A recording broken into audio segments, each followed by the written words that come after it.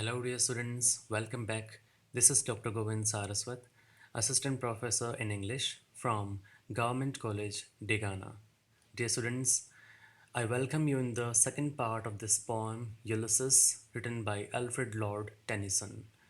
In the first part, we have covered almost 35 lines of this poem where we find our hero Ulysses highly dissatisfied with the way he is leading a peaceful and luxurious life in his own kingdom Ithaca. It is paradoxical that the comforts of his own kingdom they are making him uncomfortable. It is because he has been accustomed to a life that is full of adventure and dangers.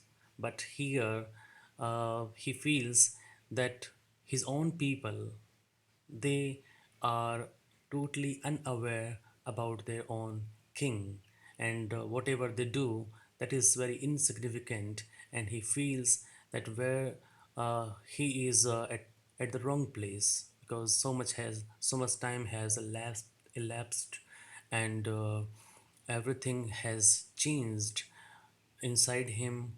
So uh, he is desirous to set out on another journey because he cannot cope up with this kind of life in Ithaca where he has to be passive and idle. He is a man of adventure, so he is ready to set out on another journey. So let's begin with the second part of this poem. He introduces his son Telemachus when he says, "This is my son, mine own Telemachus, to whom I leave the scepter and this isle, well loved of me, discerning to fulfill this labor, by slow prudence to make mild a rugged people." So he introduces his son Telemachus, and he is very, you can say, he loves his son very much because he uses two adjectives, mine and then on, for Telemachus. That shows the bond between the father and the son, and he intends to leave the responsibility of his kingdom and his island on the shoulder of his son. He says that I love him very much and I know that he is able to shoulder this responsibility very well. He has that kind of patience, he has that kind of wisdom so as to change these rough or uncivilized people into civilized, and through soft degrees subdue them to the useful and the good.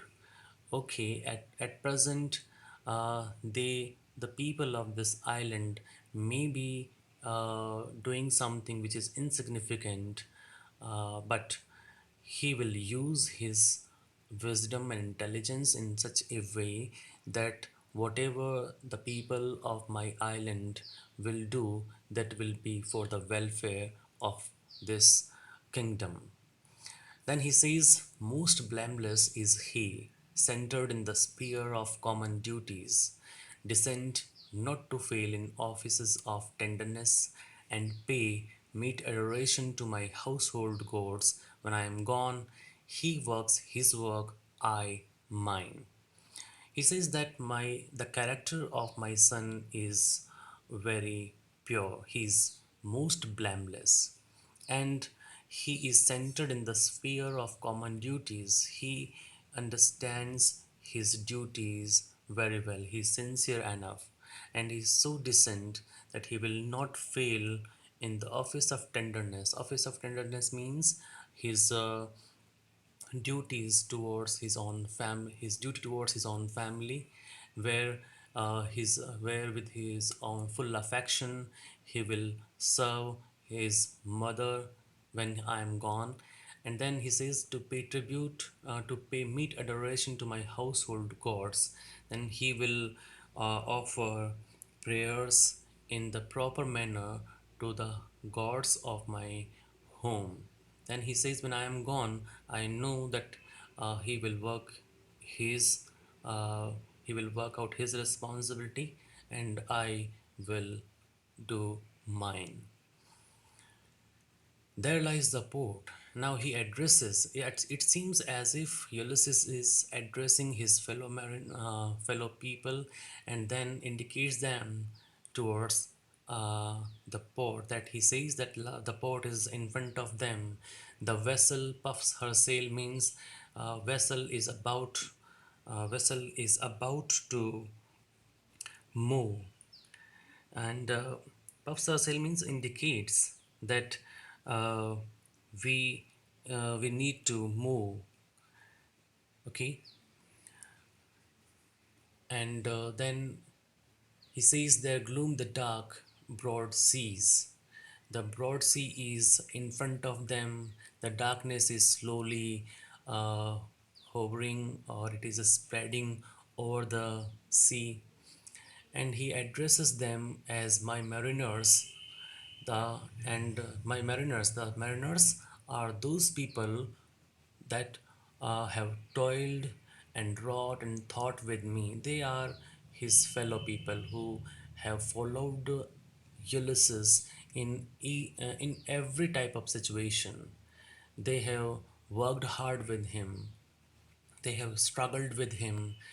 Okay, and then he says that ever with a frolic welcome took the thunder and the sunshine.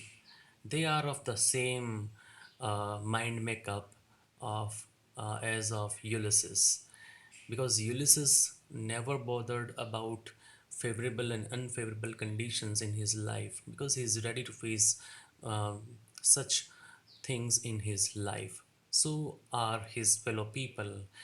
They welcomed both the thunder and sunshine in a light manner.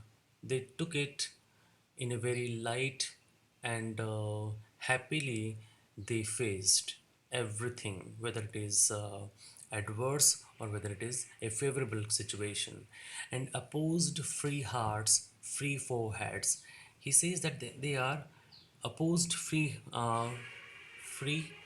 hearts and free foreheads. So they face danger boldly. In the spirit, they are free, self-reliant men. You and I are old, he says. He admits that now we are old, but he then motivates them again that old age hath yet his honor and his toil.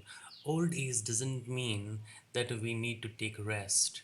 It is an indication that now your time of toil is over and you need to take rest. But he says that it doesn't mean that we need to retire from life, from our duties. He says it has its own honor, and we can even toil and make our life meaningful up to the very end of it. He says only death can close all. So, old age should not put an end to our toil. And he says that something before the end has to be done. It is a continuous process. Why should we pause feeling ourselves old? Some work of noble note may yet be done. It may be possible that something is still pending which may be noble, and we have to complete it. So if we pause, we stop, how can we feel that we have accomplished everything in our life? So not unbecoming man that is true with gods. So he motivates them that we are those who have fought with even gods. So why are you, or why do I feel myself old and accept that we cannot do anything in our life from now onwards? He says, no, we have to set out. We have to do something noble before the end, because old age cannot weaken us. And before death, we need to complete something which is noble, which can earn more name and fame for us. They are hungry for getting something in her life that is even that is still unknown to everyone. The lights begin to twinkle from the rocks. So he indicates that it is the time for setting out on another voyage. The long day wanes. Day is the night is approaching. The वांस का मतलब होता है अब अस्त हो चुका है, दिन ढल चुका है. The slow moon climbs into the sky. The deep moans round with many voices. The deep here symbolizes sea, and he says that there are many kinds of voices audible, and it seems that the sea is mourning. uh, Come, my friends. He invokes the spirit, brave spirit of his friends, and he says that now it is not too late to seek a newer world. He is very optimistic, and this is a message for those who feel that they have lost something in their life and now it is too late. If Ulysses can set out for a new adventure at this stage of his life, then it means every person can do in his life.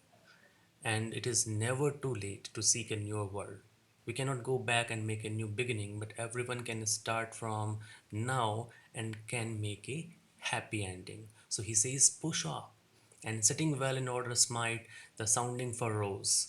He, the smite means the oars. He says that use oars to sail the ship and thus hit out at the waves as they form furrows when the ship moves forward.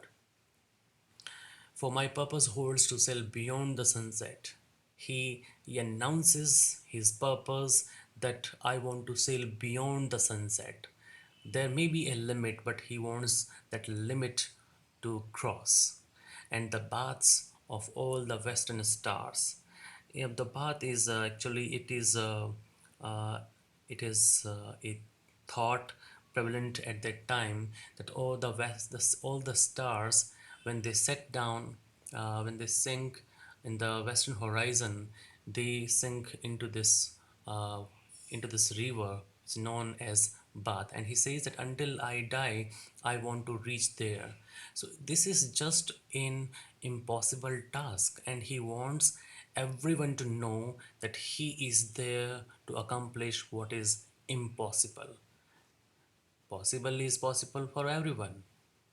So if you are a normal human being, you will go for what is possible. But if you are a brave fellow, then you will always try for what is impossible for anybody else or other people. It may be that the gulps will wash us down. Now he affirms in a clear way. He knows very well that whatever he is trying to do is impossible, and it is possible that in the course of achieving that they may die. It may be that the gulfs will wash us down. It may be we shall touch the happy isle, but the other side of this truth can be that they may be able to touch the happy island where they can meet their ancestor Achilles, whom they knew very well. And then he says, much is taken, much abides. Much is taken means my life has snatched many things from me, but still I have a lot of things. I have a lot. I am not repentant. I know that I am to live my life, I am to enjoy it. I didn't come here only to exist. So he says, I am ready. I'm ready to struggle. And though we are not now that strength which in old days moved earth and heaven, it is also a fact that now they are not that much powerful as they used to be. That which we are. And he knows his strength and the strength of his fellow people. And then he says, one equal temper of heroic hearts made weak by time and fate. Oh, okay, time has weakened. Our fate is the fate. Our fate may be uh, adverse, but still we feel strong in our willpower. Body may weaken because of the effect of time, but in your willpower, we are still strong to strive. Strive means to try, to seek means to discover and find, but we have not learned to yield in our life. We have never known to surrender. We have always struggled, we have lost, but even then we feel that we should never surrender in front of our difficulties. This is what is the spirit of a brave person. So we need to learn something from Ulysses and his character. Having experienced a number of difficulties and having overcome them with courage and determination, he has become like this. And every person in this world who is struggling, he should know that life is there in a struggle, not surrendering, not to surrender in front of his difficulties. Difficulties किसके सामने नहीं आती, सबके सामने आती है, और जिस लेवल की आती है वो उस रिस्पॉन्सिबिलिटी के अकॉर्डिंग ही आती है. And if you are a great person, if you are determined to achieve something big, something noble in your life, you must be ready, like this fellow Ulysses, to face the difficulties, because every responsibility has its own, it demands its own share of time as well as sacrifice. So thank you very much for listening me carefully. I hope that the message of Ulysses is very clear, and we need to be optimistic and to live life uh, in a in a with full enthusiasm and vigor. Thank you.